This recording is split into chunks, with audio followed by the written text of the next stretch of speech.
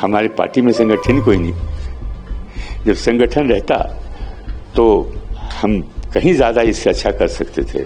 हर चीज को देखना चाहिए था, बुला के लोगों से बात करनी चाहिए थी, किसको क्या जरूरत है। हम ये जानना चाहते हैं कि हमको कहते हैं कि तुमको ये सीट नहीं देंगे क्योंकि तुम हार जाओगे, और जो वो 3 बार हार चुके हैं लगातार, वो सीट क्यों ले लिया उन्होंने? इसका एक प्रमुख कारण है संगठन। हमारी पार्टी में संगठन ही कोई नहीं। जब संगठन रहता तो हम कहीं ज्यादा इससे अच्छा कर सकते थे। लेकिन जो लोग गए हैं रणभूमि में चुनाव लड़ने, आप उनसे बात कीजिए, उनको तो इस बात का कहीं शऊर ही नहीं था कहीं संगठन है हमारे यहाँ। तो ये तो ऐसे कोई चुनाव थोड़ी लड़ता है। बात कर हर चीज को देखना चाहिए था, बुला के लोगों से बात करनी चाहिए थी, किसको क्या जरूरत है, किस चीज की कमी है, कौन सा क्षेत्र ऐसा है जहां पर कि ये होना चाहिए जो नहीं हो रहा है, सब गाइडेंस देनी चाहिए। बहुत सारी चीजें अब इसमें छोटी छोटी बातों को हम आपके सामने क्या बताएं। मुख्तसर यही है कि साहब इस चुनाव में हमारा जो परफॉर्मेंस रहा है वो रहा है क्योंकि हमारी पार्टी का कोई संगठन था ही नहीं। तो जिम्मेदार कौन है इसके लिए? क्योंकि राहुल गांधी इतना एक्टिवली पॉलिटिक्स कर रहे हैं, बिहार जैसे पॉलिटिकल स्टेट। मैं आपको बताऊं, जो भी वोट मिले हैं कांग्रेस को, वो सब राहुल गांधी की वजह से मिले हैं। कहीं कहीं पर व्यक्ति विशेष जो हमारा उम्मीदवार है उसकी पर्सनैलिटी की वजह से मिला हुआ, जरूर मिला होगा, लेकिन बाई एंड लार्ज जो आम जनता है उसने कांग्रेस को वोट नहीं दिया है, उसने राहुल गांधी को वोट दिया है। राहुल गांधी जो बात करते थे, आपने कभी उनको शायद जो बिहार की यात्रा कर रहे थे देखा नहीं होगा नजदीक से, वो बिल्कुल लोगों से मिलते जाते थे और उन्होंने लोगों का दिल जीत लिया था।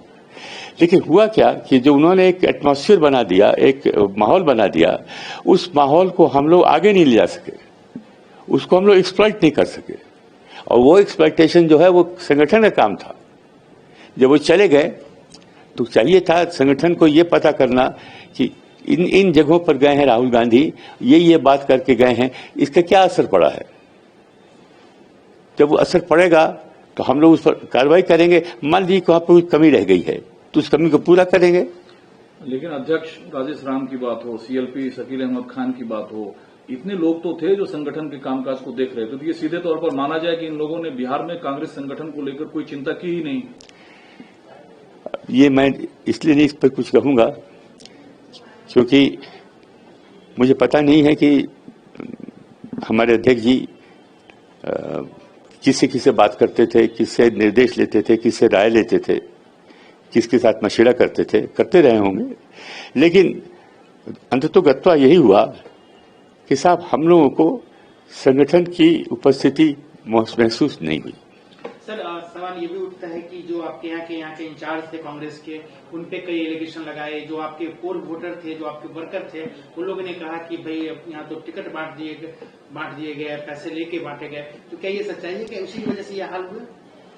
देखिए साहब, मैं अलावीरू साहब जो हमारे प्रभारी हैं उनको अभी ही जाना है, इसके पहले मेरी उनसे जान पहचान नहीं थी। तो मेरे से जब उनकी बात हुई थी तो मुझे तो वो बहुत ही सुलझे हुए आदमी लगे और जिस किस्म की बात करते थे लगता था कि वो सही राह पर चलने वाले हैं। अब कहाँ गलती हुई, क्या हुई, उसमें हमें शामिल नहीं किया गया, ना मैं शामिल था। तो ये कहना बड़ा मुश्किल है कि उन्होंने हमारे केस को किस तरीके से पुटअप किया हाईकमांड के पास। अब टिकट बंटने की बात है, 61 टिकट बटे। अब वो 61 टिकट जो बटे उसमें प्रभारी जी का क्या योगदान था, ये जब तक ये मालूम ना हो उस पर कोई टिप्पणी करना मुमकिन नहीं है। नहीं, लेकिन सर ये जो रिजल्ट आया है, लैंडस्लाइड विक्ट्री है, क्योंकि अब महागठबंधन की तरफ से एसआईआर के प्रोसेस को क्रिटिसाइज किया जा रहा है। क्या आप मानते हैं कि एसआईआर हार की वजह है महागठबंधन के लिए? जिन्होंने क्रिटिसाइज किया है उन्होंने इस बात का अध्ययन किया होगा, मैंने नहीं किया है। तो मैं जब तक उसके बारे में कुछ समझ न लूं कहना ठीक नहीं होगा। लेकिन इतना जरूर है कि हमारी मांग थी एसआईआर के बारे में और अखबारों में खबर छपी है कि उस पर काम हुआ है, तो कैसा काम हुआ है इस पर ध्यान देना होगा ना, कैसे कैसे क्या किया। तो वोट चोरी की बात भी कल शाम से ही कहनी शुरू हो गई थी। तेजस्वी यादव ने प्रेस कॉन्फ्रेंस किया, उन्होंने कहा प्रशासन को अलर्ट किया।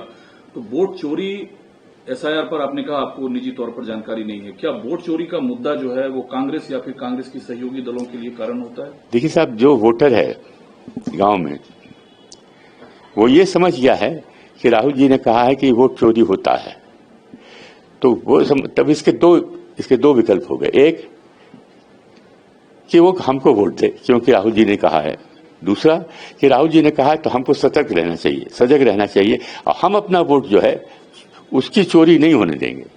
तो ये दूसरा हो गया। उन्होंने बात समझ ली, जो कहा था राहुल ने वो बात समझ ली उन्होंने, और उसको मद्देनजर रख के उन्होंने वोट दिया है। मैंने तो पहले ही कहा था कि हम चुनाव लड़ने चले गए, संगठन था ही नहीं। अब संगठन नहीं था तो ये तो सवाल आपको अध्यक्ष से पूछना चाहिए क्यों नहीं किया उन्होंने। जब वो गए थे चुनाव लड़ने तो सदाकत आश्रम छोड़ के गए थे, किसके हवाले कर गए थे? संगठन के समय, चुनाव के समय हमारा जो कंट्रोल रूम टाइप चीज है वो तो हेडक्वार्टर्स है सदाकत आश्रम। हर कांग्रेसी जो उम्मीदवार था वो तो सदाकत आश्रम की तरफ देखेगा, तो वहां पर वो था ही नहीं। लेकिन आप तो राहुल गांधी का बचाव कर रहे हैं ना। अगर राहुल गांधी को जीत का श्रेय दिया जाएगा तो हार का ठिकरा भी उन्हीं के सर फूटेगा। मैं बचाव नहीं कर रहा, मैं तो जो तथ्य है वो बता रहा हूं। जो मुझको लोगों ने कहा है, मैं अपनी तरफ से ये बांग नहीं ये बुन रहा हूं, कुछ नहीं। मैं तो जो सुनता हूं बात करता हूं आपसे।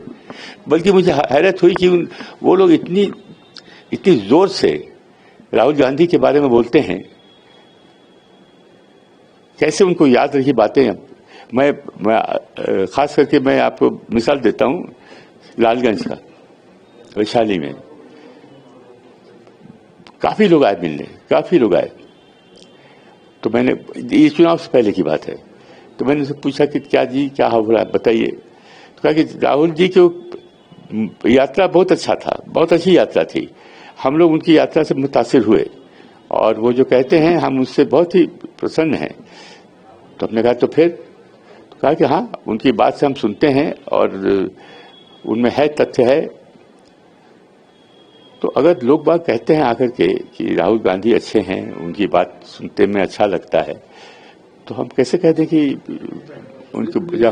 लेकिन जो बात आप कह रहे हैं वही बात को तेजस्वी जी और लालू जी कहते थे कि कांग्रेस संगठनात्मक तौर पर कमजोर है, कांग्रेस के पास बड़ा वोट बैंक नहीं है, सीटें कम लड़नी चाहिए कांग्रेस को, लेकिन वो बात तो हुई नहीं। हम सीट कम लड़ गए, ठीक है। उन्होंने क्या किया? वो तो बहुत सीट लड़े। उन्होंने तो सीट ही सीट ले ली अपनी सारी। हम चाहते थे कि कुछ ऐसी सीटें, आपको एक मिसाल देता हूं, छपरा सदर 3 बार लगातार राजद का कैंडिडेट वहां से हारा है, 3 चुनाव में, एक के बाद एक।